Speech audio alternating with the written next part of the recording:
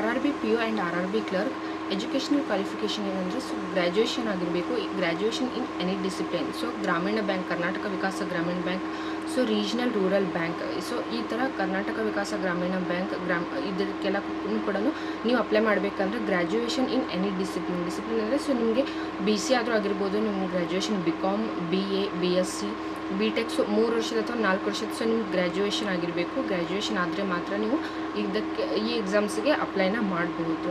So BA ಆಗಿರ್ಬೋದು, BCom ಆಗಿರ್ಬೋದು, so ಯಾವುದೇ ಗ್ರ್ಯಾಜುಯೇಷನ್ ಆದ್ರೂ ಕೂಡ ನೀವು ಈ ಎಕ್ಸಾಮ್ಸ್ಗೆ ಅಪ್ಲೈ ಮಾಡ್ಬೋದು. ಸೊ ಇಲ್ಲಿ ನೋ ಪರ್ಸೆಂಟೇಜ್ ಕ್ರೈಟೇರಿಯಾ ಅಂತ ಇದೆ. ಸೊ ಅಂದರೆ ನಿಮಗೆ ಈ ಬ್ಯಾಂಕ್ ಎಕ್ಸಾಮ್ಸ್ಗೆ ಅಪ್ಲೈ ಮಾಡುವಾಗ ನಿಮಗೆ ಇಷ್ಟೇ ಪರ್ಸೆಂಟೇಜ್ ಆಗಿರಬೇಕು ಅನ್ನೋ ಯಾವುದೇ ಕ್ರೈಟೇರಿಯಾ ಇಲ್ಲ. ನೀವೇನಾದರೂ 38% ತೆಗೆದ್ರೂ ಕೂಡ ಇದಕ್ಕೆ ಅಪ್ಲೈ ಮಾಡ್ಬೋದು, 48 ಮಾಡಿದ್ರೂ ಅಪ್ಲೈ ಮಾಡ್ಬೋದು, 60 ಆದರೂ ಕೂಡ ಅಪ್ಲೈ ಮಾಡ್ಬೋದು.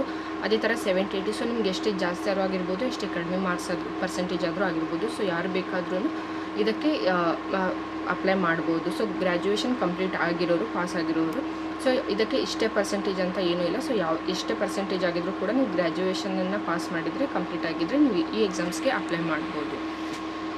ಸೊ ಇವಾಗ ಇದಕ್ಕೆ RRB PO ಮತ್ತು RRB ಕ್ಲರ್ಕ್ ಎಕ್ಸಾಮ್ಗೆ ಸೊ ಇದನ್ನು PO ಅನ್ನೋದಕ್ಕೆ ಆಫೀಸರ್ ಸ್ಕೇಲ್ 1 ಎಕ್ಸಾಮ್ ಅಂತ ಬಂದಿರುತ್ತೆ. ನೀವು ಫಾರ್ಮ್ ಫಿಲಪ್ ಮಾಡುವಾಗ ಆನ್ಲೈನ್ ಅಪ್ಲಿಕೇಶನಲ್ಲಿ ಆಫೀಸರ್ ಸ್ಕೇಲ್ 1 ಅಂದರೆ PO, ಆಫೀಸ್ ಅಸಿಸ್ಟೆಂಟ್ ಅಂದರೆ ಕ್ಲೆರಿಕಲ್ ಲೆವೆಲ್ ಎಕ್ಸಾಮ್ಸ್ ಅಂತ ಕರಿತೀವಿ. ಸೊ ಕ್ಲೆರಿಕಲ್ ಲೆವೆಲ್ ಎಕ್ಸಾಮ್ಸ್ಗೆ 18ರಿಂದ 28 ವಯಸ್ಸು. ಸೊ 18 ವಯಸ್ಸು ಮಿನಿಮಮ್ 18 ಆಗಿರಬೇಕು, ಮ್ಯಾಕ್ಸಿಮಮ್ 28 ವರ್ಷ ಆಗಿರಬೇಕು. ಸೊ OBC ಕ್ಯಾಟಗರಿ, ಆಮೇಲೆ SC/ST ಕ್ಯಾಟಗರೀಸ್ಗೆ ಮತ್ತು ನಿಮಗೆ ರಿಲ್ಯಾಕ್ಸೇಷನ್ ಇರುತ್ತೆ.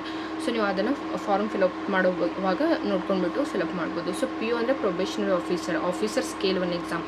ಸೊ ಇದಕ್ಕೆ ಮಿನಿಮಮ್ 18 ವರ್ಷ ಆಗಿರಬೇಕು, ಮ್ಯಾಕ್ಸಿಮಮ್ 30 ವರ್ಷ ಆಗಿರಬೇಕು. ಸೊ ನೀವು ಬೇರೆ ಯಾವುದೇ IBPS ಆಗಿರ್ಬೋದು, SBI PO ಆಗಿರ್ಬೋದು, IBPS PO ಕ್ಲರ್ಕ್, ಸೊ ಎಲ್ಲ ಎಕ್ಸಾಮ್ಸಲ್ಲೂ ಕೂಡ ನಿಮಗೆ ಎಲ್ಲೂ ಕೂಡ ಮಿನಿಮಮ್ 18 ವರ್ಷ ಅಂತ ಇರೋದಿಲ್ಲ, 20 ವರ್ಷ ಇಲ್ಲ 21 ವರ್ಷ ಅಂತ ಇರುತ್ತೆ. ಸೊ RRB ಎಕ್ಸಾಮ್ಸಲ್ಲಿ ನಿಮಗೆ ಮಿನಿಮಮ್ 18 ವರ್ಷ ಮತ್ತು ಮ್ಯಾಕ್ಸಿಮಮ್ 28 ವರ್ಷ ಕ್ಲೆರಿಕಲ್ ಲೆವೆಲ್ ಎಕ್ಸಾಮ್ಸ್ಗೆ ಆಫೀಸ್ ಅಸಿಸ್ಟೆಂಟ್. ಅದೇ ಥರ PO ಲೆವೆಲ್ ಎಕ್ಸಾಮ್ಸ್ಗೆ maximum 30 years. So salary PO ಅಂದರೆ officer scale 1, RRB officer scale 1 ಎಕ್ಸಾಮ್ಸ್ಗೆ ಪ್ರೊಬೇಷನರಿ ಆಫೀಸರ್ಗೆ 71,000 ಅಪ್ರಾಕ್ಸ್.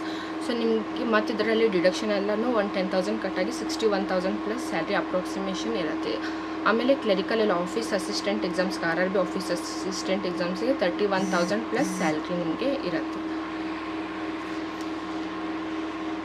ಅದೇ ಥರ RRB PO ನಲ್ಲಿ ನಿಮಗೆ exam pattern prelims, mains, interview. So ನಿಮಗೆ ಬೇರೆ exams IBPS PO, SBI PO ನಲ್ಲೆಲ್ಲನೂ ಕೂಡ ಡಿಸ್ಕ್ರಿಪ್ಟಿವ್ ಪೇಪರ್ ಇರುತ್ತೆ. ಸೊ ಇದಕ್ಕೆ ಇನ್ನೊಂದು ಅಡ್ವಾಂಟೇಜ್ ಅಂದರೆ ನಿಮಗೆ ಡಿಸ್ಕ್ರಿಪ್ಟಿವ್ ಪೇಪರ್ ಇರಲ್ಲ. ಮೇನ್ಸ್ ಎಕ್ಸಾಮ್ಸ್ ಆದ ತಕ್ಷಣ ಪ್ರಿಲಿಮ್ಸ್ ಕ್ವಾಲಿಫೈಯಿಂಗ್ ಇನ್ ನೇಚರ್ ಇರುತ್ತೆ. ಸೊ ಪ್ರಿಲಿಮ್ಸ್ ಮಾರ್ಕ್ಸ್ ನಿಮಗೆ RRB PO ಆಗಿರ್ಬೋದು, RRB ಕ್ಲೆರಿಕಲ್ ಅಂದರೆ ಆಫೀಸ್ ಅಸಿಸ್ಟೆಂಟ್ ಮತ್ತು ಆಫೀಸರ್ ಸ್ಕೇಲ್ 1 ಎಕ್ಸಾಮ್ಸ್ದು ನಿಮಗೆ ಪ್ರಿಲಿಮ್ಸ್ ಎಕ್ಸಾಮ್ಸ್ನ ಸ್ಕೋರ್ ಎಲ್ಲೇನೂ ಕೂಡ ಕೌಂಟ್ ಆಗಲ್ಲ. ಕ್ವಾಲಿಫೈಯಿಂಗ್ ಇನ್ ನೇಚರ್, ಬಟ್ ನೀವು ಕ್ವಾಲಿಫೈ ಆಗಲೇಬೇಕು ಈ ಎಕ್ಸಾಮ್ಸ್ಗೆ. ಸೊ ಇದನ್ನು ಕ್ಲಿಯರ್ ಮಾಡಿದರೆ, ಪಾಸ್ ಆದರೆ ಮಾತ್ರ ನಿಮ್ಗೆ ಮೇನ್ಸ್ ಎಕ್ಸಾಮ್ಸ್ಗೆ ಎಲಿಜಿಬಿಲಿಟಿ ಸಿಗುತ್ತೆ. ಸೊ ನಿಮಗೆ RRB PO ನಿಮ್ಗೆ ಫೈನಲ್ ಸೆಲೆಕ್ಷನಲ್ಲಿ ಕೌಂಟ್ ಆಗೋದು ಮೇನ್ಸ್ ಮತ್ತು ಇಂಟರ್ವ್ಯೂ ಮಾರ್ಕ್ಸ್.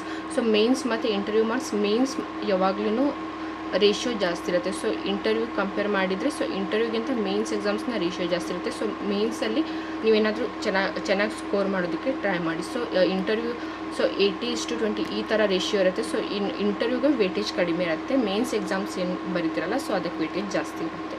ಸೊ ಮೇನ್ಸ್ ಮತ್ತು ಇಂಟರ್ವ್ಯೂನ ಮಾರ್ಕ್ಸ್ ಕೌಂಟ್ ಆಗಿಬಿಟ್ಟು ನಿಮ್ಗೆ ಫೈನಲ್ ಸೆಲೆಕ್ಷನ್ಗೆ ಆ್ಯಡ್ ಆನ್ ಆಗುತ್ತೆ. ಸೊ ಕ್ಲೆರಿಕಲ್ ಲೆವೆಲಲ್ಲಿನೂ ಕೂಡ ಆಫೀಸ್ ಅಸಿಸ್ಟೆಂಟಲ್ಲಿನೂ ಇದೇ ಥರನೇ ಪ್ರಿಲಿಮ್ಸ್ ಕ್ವಾಲಿಫೈಯಿಂಗ್ ಇನ್ ನೇಚರ್ ಇರುತ್ತೆ, ಬಟ್ ನೀವು ಪಾಸ್ ಆಗಲೇಬೇಕು. ಪ್ರಿಲಿಮ್ಸ್ ಎಕ್ಸಾಮ್ಸ್ ಕ್ವಾಲಿಫೈ ಆದರೆ, ಕ್ಲಿಯರ್ ಆದರೆ ಮಾತ್ರ ನಿಮಗೆ ಮೇನ್ಸ್ ಎಕ್ಸಾಮ್ಸ್ಗೆ ನೀವು ಅಂದರೆ ಎಲಿಜಿಬಲ್ ಆಗ್ತೀರಾ. ಸೊ ಕ್ಲೆರಿಕಲ್ ಲೆವೆಲ್ ಆಫೀಸ್ ಅಸಿಸ್ಟೆಂಟಲ್ಲಿ ನಿಮಗೆ ಮೇನ್ಸ್ ಎಕ್ಸಾಮ್ಸ್ ಮಾತ್ರ ಕೌಂಟ್ ಆಗುತ್ತೆ. ಸೊ ಇದು ಮಾತ್ರ ನಿಮಗೆ ಇದ್ರ ಮೇಲೆ ನಿಮಗೆ ಮಾರ್ಕ್ಸ್ ಫೈನಲ್ ಸೆಲೆಕ್ಷನ್ ಕೌಂಟ್ ಆಗುತ್ತೆ.